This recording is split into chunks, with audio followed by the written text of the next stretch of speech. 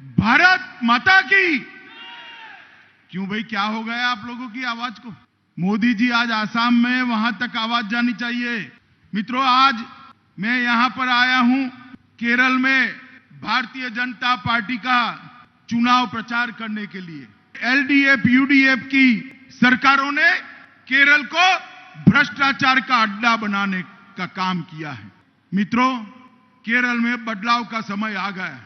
ई श्रीधरन जैसे वरिष्ठ ब्यूरोक्रेट्स भी भारतीय जनता पार्टी इसलिए ज्वाइन करते हैं कि यूडीएफ और एलडीएफ अब केरल का भला नहीं कर सकता। मोदी जी के नेतृत्व में केवल और केवल भारतीय जनता पार्टी ही केरल का भला कर सकती है। मैं अंत में भारतीय जनता पार्टी के 9 के 9 प्रत्याशियों को आप लोग प्रचंड बहुमत से जिताए, ऐसी प्रार्थना कर कर मेरी बात को समाप्त करता हूं।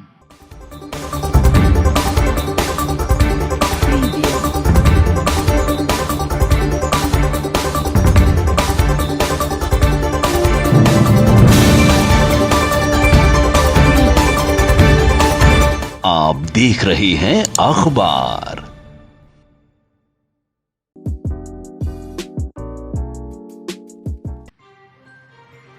मेरे साथ बोलिए, भारत माता की। क्यों भाई, क्या हो गया आप लोगों की आवाज को? मोदी जी आज आसाम में, वहां तक आवाज जानी चाहिए। എന്ത് പറ്റി സൗണ്ടിന്? മോഡിജി ഇന്ന് ആസാമിലാണ്, അവിടെ തന്നെ നിങ്ങളുടെ ശബ്ദം എത്തേണ്ടിയിരിക്കുന്നു. मेरे साथ दोनों हाथ उठाइए, രണ്ട് കൈയും ഉയർത്തിപ്പിടിച്ചുകൊണ്ട് उठाइए दोनों हाथ, प्रचंड आवाज से बोलिए, भारत माता की, भारत माता की ജയ്, भारत माता की ജയ്. मंच पर उपस्थित श्रीमान जॉर्ज कुरियन जी, श्री एनके नारायण जी, श्री एमपी राजगोपाल जी, श्री टीबी बीनू जी, श्री एस जयसूर्या जी, श्री नोबेल मैथ्यू जी, श्री एमबी उन्नीकृष्णन जी, श्री केवी भुवनेश जी, श्री वीएन मनोज जी, श्री केजी कन्नन जी, श्री अनिल कुमार जी, और आज जिनको जिताने के लिए आया हूं, ऐसे कांजीरपल्ली के हमारे प्रत्याशी और मेरे मित्र श्रीमान अल्फोंस जी, अल्फोंस आगे आओ। कोट्टम की प्रत्याशी श्रीमती मिनर्वा जी आगे आइए आप भी। इट्टूमानूर की प्रत्याशी श्री टीएन हरि कुमार जी, वाईकॉम के प्रत्याशी श्रीमती अजीता साबू जी, पुंजर के प्रत्याशी एमबी सेन जी, चंगनाचेरी के प्रत्याशी श्री जी रमन नैयर जी, पाला के प्रत्याशी डॉक्टर जे प्रमिला देवी जी, पुथुपल्ली के प्रत्याशी श्री एन हरि जी, कुरुथुरुथी के प्रत्याशी लीजिन लाल जी, और आज इस सभा में आए हुए केरल के मेरे प्यारे भाइयों, बहनों, माताओं और युवा मित्रों को मेरा नमस्कार। सबसे पहले ये सभी प्रत्याशियों के लिए एक बार जोरदार ताली बजाकर उनका स्वागत करिए, उनको जिताने के लिए आपके आशीर्वाद दीजिए। मित्रों, आज मैं यहां पर आया हूं केरल में भारतीय जनता पार्टी का चुनाव प्रचार करने के लिए। വേദിയിൽ ഉപവിഷ്ടരായിരിക്കുന്ന നേതാക്കന്മാരെ, അത് അദ്ദേഹം പേരുകൾ പറഞ്ഞു കഴിഞ്ഞു. ഞാനിവിടെ വന്നിരിക്കുന്നത് എൻ്റെ സുഹൃത്തും അതുപോലെ തന്നെ കാഞ്ഞിരപ്പള്ളിയിലെ സ്ഥാനാർത്ഥിയുമായിട്ടുള്ള ശ്രീ അൽഫോൻസ് കണ്ണന്താനം, അതുപോലെ തന്നെ കോട്ടയത്തെ സ്ഥാനാർത്ഥി श्रीमती मिनर्वा मोहन, प्रत्याशी की जरूरत नहीं येटमानोर, प्रत्याशी की जरूरत नहीं है, मैं भाजपा का प्रचार करने आया हूँ। എനിക്ക് പേര് പറയേണ്ട കാര്യമില്ല എന്നാണ് അദ്ദേഹം പറയുന്നത്. ഇവിടെ ഞാൻ ഇന്ന് വന്നിരിക്കുന്നത് ഭാരതീയ ജനതാ പാർട്ടിയുടെ തിരഞ്ഞെടുപ്പ് പ്രചരണത്തിന് വേണ്ടിയാണ് നിങ്ങളുടെ അടുത്ത് ഞാൻ വന്നിരിക്കുന്നത്. मित्रों, ये केरल एक जमाने में विकास और टूरिज्म के मॉडल के रूप में जाना जाता था. കേരളം ഒരു കാലഘട്ടത്തില് വികസനത്തിന്റെ മോഡലായിട്ട് നമ്മൾ പറഞ്ഞുകൊണ്ടിരുന്ന സ്ഥലമാണ്. सबसे एजुकेटेड स्टेट के रूप में जाना जाता था.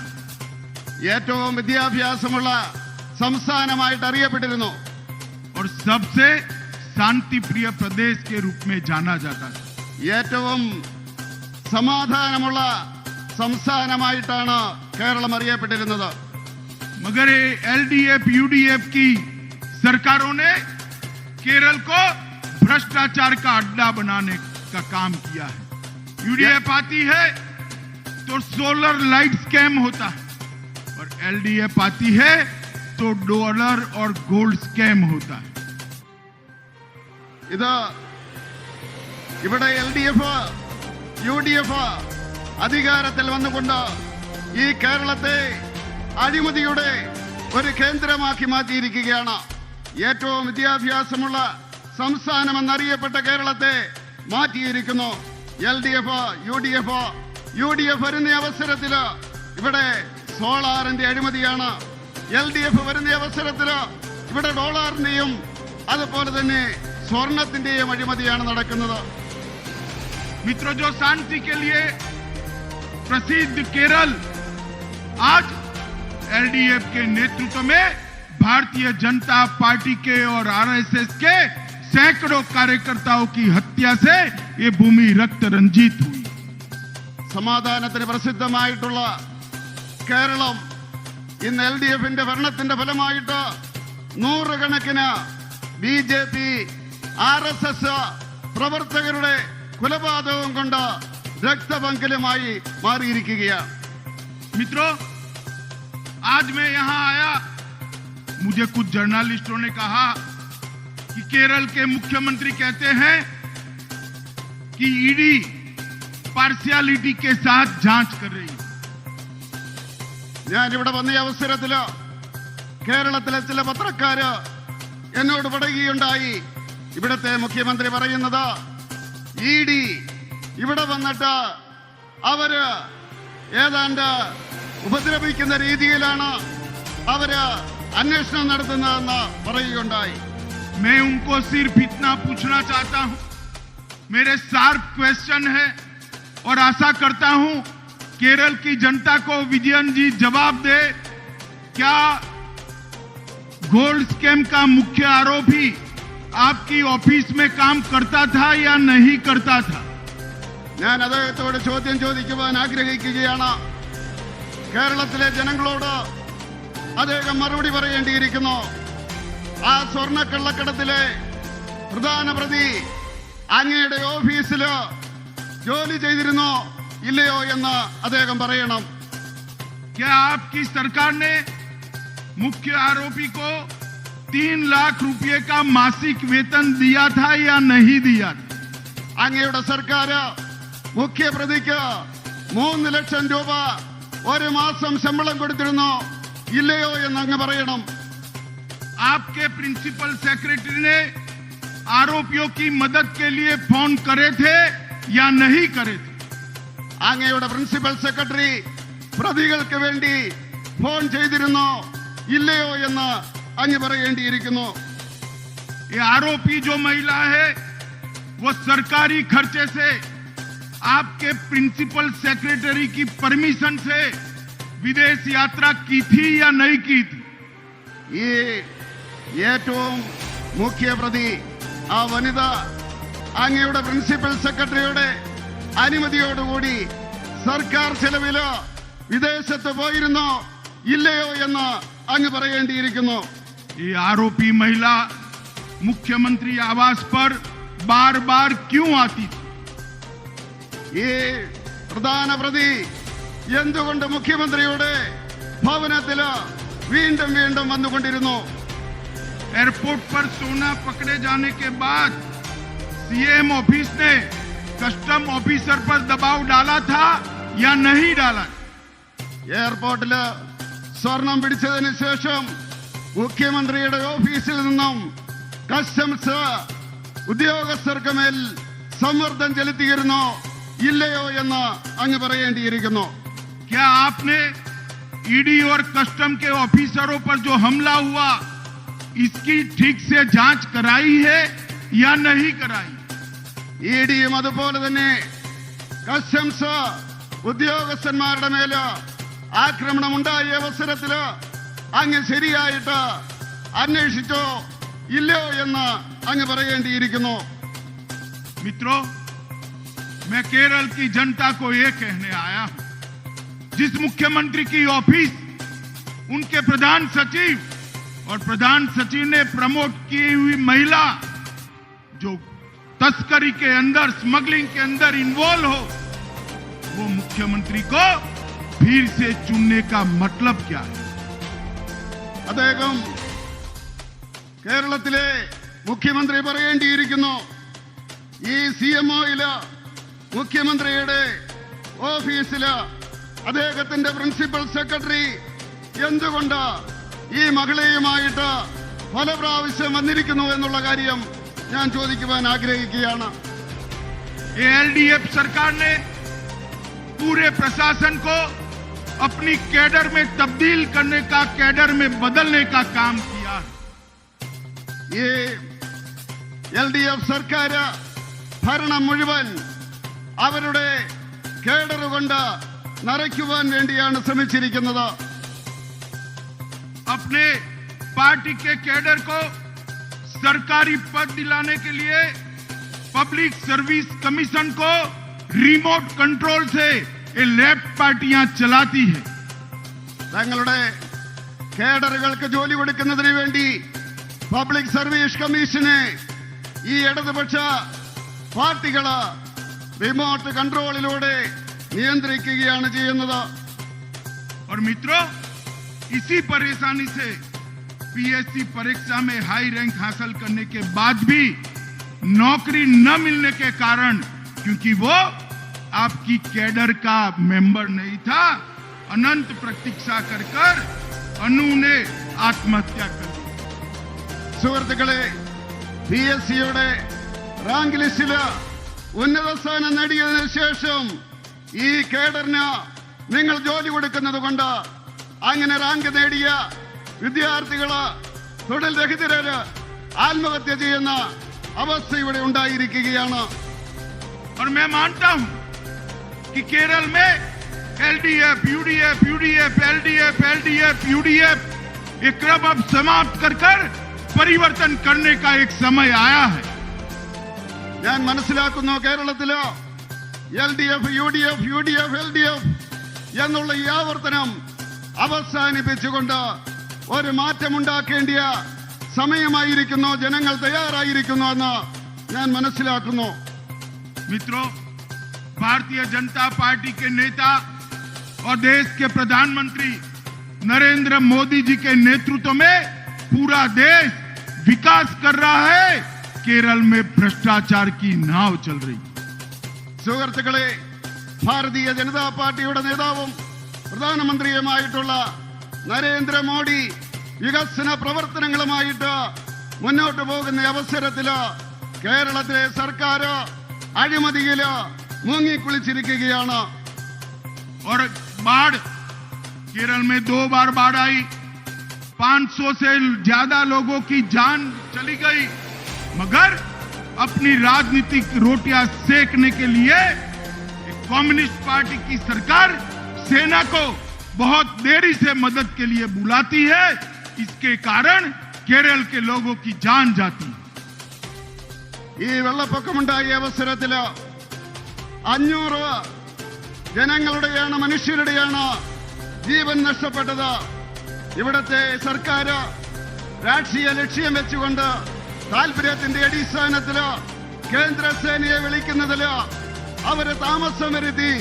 അതുകൊണ്ട് അനേകം ജനങ്ങളുടെ ജീവൻ നഷ്ടപ്പെടുകയുണ്ടായി. मित्रों, बचाव स्थल तक मछुआरों को ले जाने के लिए 24 घंटे लगे, उसमें बहुत सारे मछुआरा भाइयों की मृत्यु हुई है।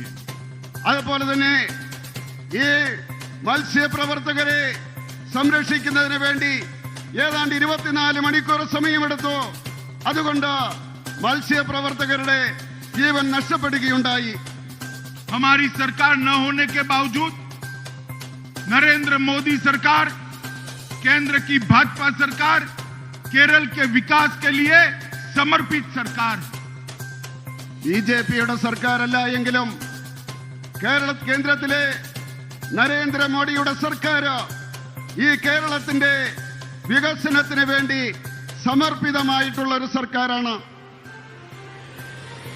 अभी अभी प्रधानमंत्री जी के द्वारा 2000 मेगावाट की Pugalur Thrissur high voltage direct current योजना का स्कीम का शुभारंभ किया गया। അദ്ദേഹം പ്രധാനമന്ത്രി വന്നിട്ട് ഈ കേരളത്തില് ഒരു ഹൈ വോൾട്ടേജ് ഇലക്ട്രിസിറ്റി ലൈനിന്റെ ഒരു ഉദ്ഘാടനം നടത്തുകയുണ്ടായി. അത് തൃശ്ശൂരിലേക്കുള്ള ആ ലൈനായിരുന്നു.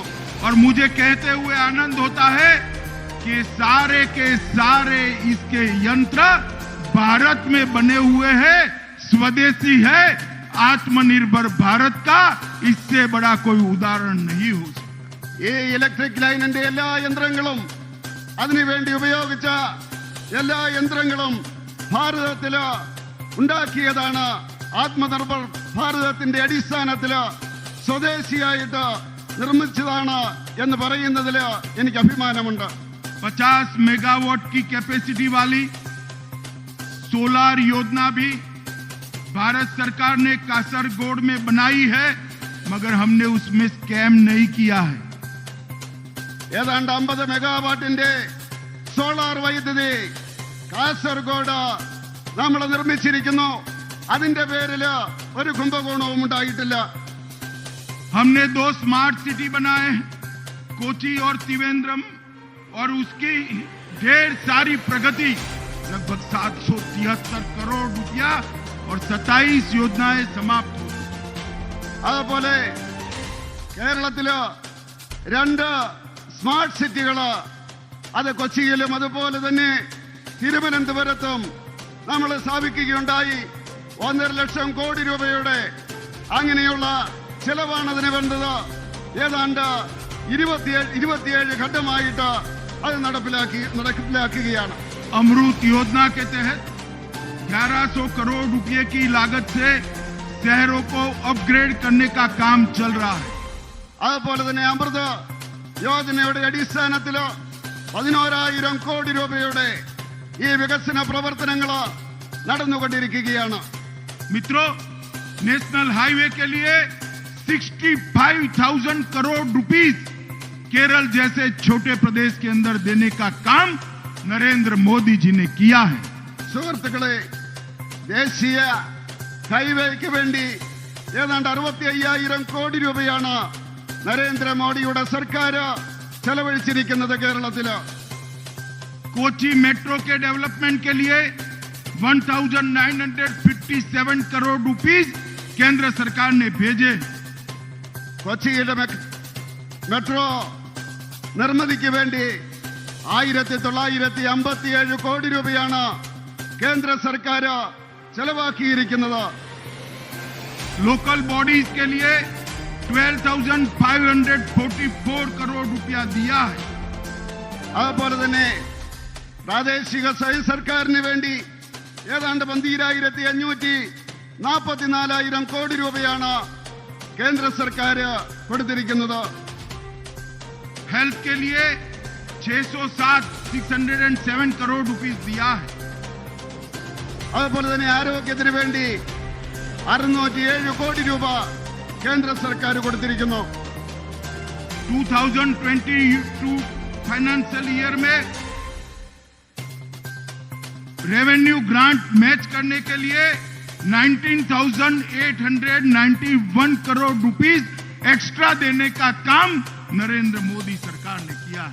അതുപോലെ 2020-22 കാലഘട്ടത്തില് റവന്യൂ കമ്മി അത് പരിഹരിക്കുന്നതിന് വേണ്ടി കൂടുതലായിട്ട് 19,891 കോടി രൂപ കേന്ദ്ര സർക്കാർ അധികമായിട്ട് കേരള സർക്കാരിന് കൊടുത്തിരിക്കുകയാണ്. मित्रों, भारत पेट्रोलियम ने यहाँ पर 6,000 करोड़ रुपया प्रोपिलीन डेरिवेटिव पेट्रोकेमिकल प्रोजेक्ट के लिए लगाया. അതുപോലെ തന്നെ ഭാരത പെട്രോളിയം ആ കോർപ്പറേഷൻ 6,000 കോടി രൂപയാണ് അതിന്റെ വികസന പ്രവർത്തനങ്ങൾക്ക് വേണ്ടി മാറ്റിവെച്ചിരിക്കുന്നത് ഭാരതീയ സർക്കാർ. मोदी जी ने देश की 13 करोड़ गरीब महिलाओं को गैस सिलेंडर देने का काम किया है. മോഡിജി ഭാരതത്തിലെ ഏതാണ്ട് 12 കോടി സ്ത്രീകൾക്ക് അദ്ദേഹം ഗ്യാസിന്റെ കണക്ഷൻ കൊടുത്തിരിക്കുന്നു സൗജന്യമായിട്ട്. और 2.5 करोड़ लोगों से ज्यादा गरीबों का घर बनाया. ഏതാണ്ട് 2.5 കോടിയിലേറെ പാവപ്പെട്ടവർക്ക് വീട് അദ്ദേഹം പണിതു കൊടുത്തിരിക്കുന്നു. हर घर में बिजली पहुंचाने का काम किया है, हर घर में टॉयलेट पहुंचाने का काम किया है. എല്ലാ വീടുകളിലും വൈദ്യുതി കണക്ഷൻ കൊടുക്കുവാനുള്ള പദ്ധതി നടപ്പിലാക്കി. എല്ലാ വീടുകളിലും ടോയ്ലറ്റ് കൊടുക്കുന്ന പദ്ധതിയും നടപ്പിലാക്കി. और मित्रों, मोदी जी ने पूरे देश के अंदर सबका साथ सबका विकास ये मॉडल को बहुत अच्छी तरह से लागू किया. അതുപോലെ തന്നെ മോഡിജി ഭാരതം മുഴുവൻ സബ്കാ വികാസ് സബ്കാ സാത്ത് സബ്കാ വികാസ് എല്ലാവരോടൊപ്പം എല്ലാവരുടെയും വികസനം ക്ഷേമമെന്നുള്ള പദ്ധതി അദ്ദേഹം നടപ്പിലാക്കിയുണ്ടായി. अभी अभी मेरे मित्र अल्फोंस जी ने झांसी का मुद्दा उठाया. मैं केरल की जनता को आश्वस्त करना चाहता हूं, यूपी में भारतीय जनता पार्टी की सरकार है. केरल के किसी भी नागरिक को चिंता करने की जरूरत नहीं है. जो भी आरोपी है, जिन्होंने भी ये किया है, उनको कानून के हवाले जल्द से जल्द करने का काम भारतीय जनता पार्टी की सरकार करेगी. ഇപ്പോഴേ നമ്മുടെ പ്രിയങ്കരനായ സ്ഥാനാർത്ഥി അൽഫോൻസ് കണ്ണന്താനം ഝാൻസിയിലുണ്ടായ സംഭവത്തെ പറ്റി പറയുകയുണ്ടായി. ഞാൻ ഇവിടുത്തെ കേരളത്തിലെ ജനങ്ങൾക്ക് വാക്ക് കൊടുക്കുവാൻ വേണ്ടി ആഗ്രഹിക്കുകയാണ്, ഉറപ്പ് കൊടുക്കുകയാണ്. യുപിയിൽ ഭരിക്കുന്നത് ഭാരതീയ ജനതാ പാർട്ടിയാണ്. ആ സംഭവത്തില് ആരെങ്കിലും ഉൾപ്പെട്ടിട്ടുണ്ടെങ്കിൽ അവരെ എല്ലാം തീർച്ചയായിട്ടും ശക്തമായിട്ടുള്ള അവർക്കെതിരെ നടപടിയെടുക്കും.